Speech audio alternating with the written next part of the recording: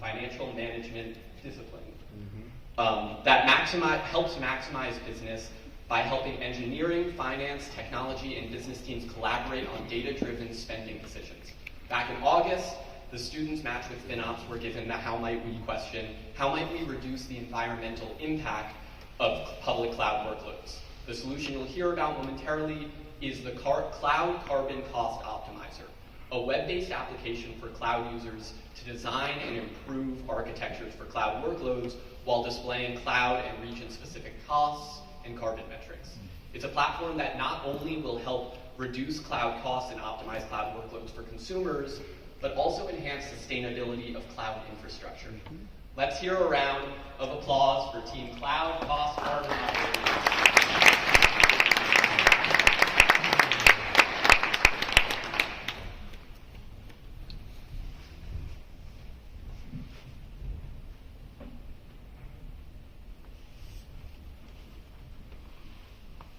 Welcome everyone to Open Studio.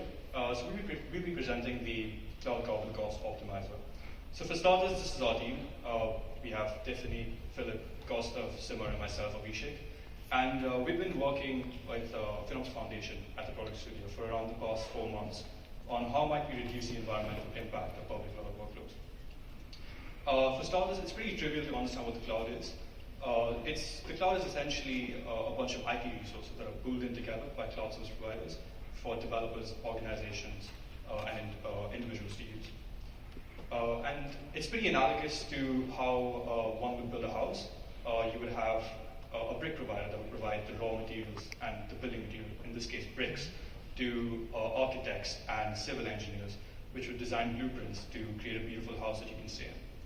Bringing that over to how the cloud industry works, cloud service providers such as AWS and Microsoft Azure create cloud services that are hosted on bare metal servers, which are clustered together to form data centers which are distributed around the world.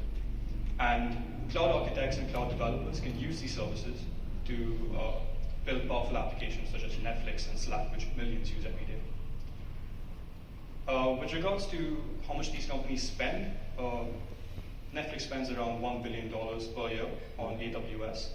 Snapchat is committed to spend around $2 billion over 5 years on AWS, and Slack and Pinterest also have similar commitments to spending on the cloud.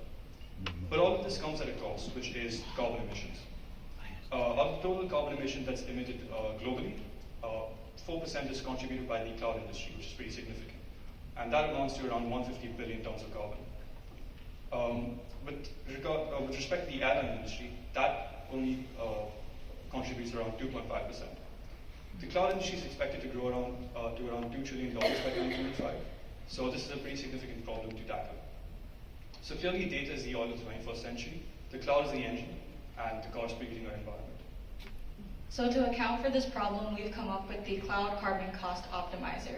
So this is a web-based application that will allow cloud users to be able to improve and design their cloud workloads, and it'll also provide carbon and cost metrics.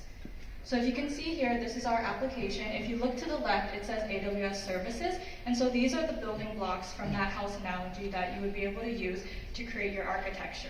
So you take those services, drag and drop them towards the middle, and then design that blueprint or that architecture for your workload, and then it would output carbon and cost information for each of those different services and those pieces, as well as provide recommendations on how you can optimize your workload. So this is what our recommendations look like. If you look in the middle, it says recommendation type, and that's a list of actions that a cloud user can take to be able to optimize their workload.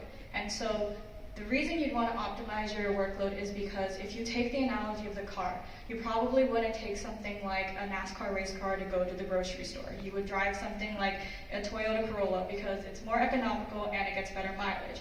And so if you extend that line of thinking to cloud workloads, the same idea applies, where some ways that you design a workload can be more carbon efficient, some are more cost efficient, and some are a balance between both of them. And our product will allow you to optimize for both of those.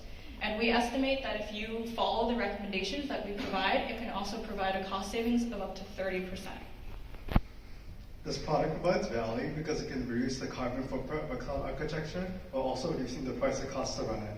This is important as the European Union has recently approved laws that require companies to report their carbon emissions starting as soon as 2023. This product will allow these companies to comply with these new laws while also making it so they can save money. At AWS reInvent, we did some interviews to determine how people felt about our product.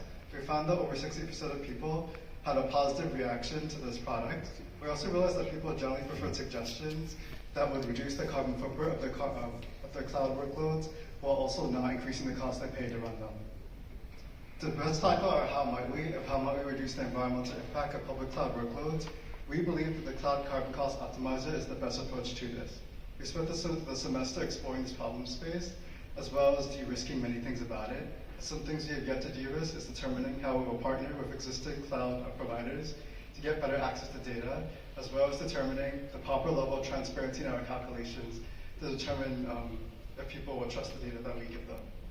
We are living in a rapidly warming planet, and it is important that we first decide where to act to reduce this carbon emissions. You can scan this QR code to get our contact information, and we would like to thank the studio coach and studio team for the help they gave us this semester, as well as the FinOps Foundation just for sponsoring this How Might We. Thank you.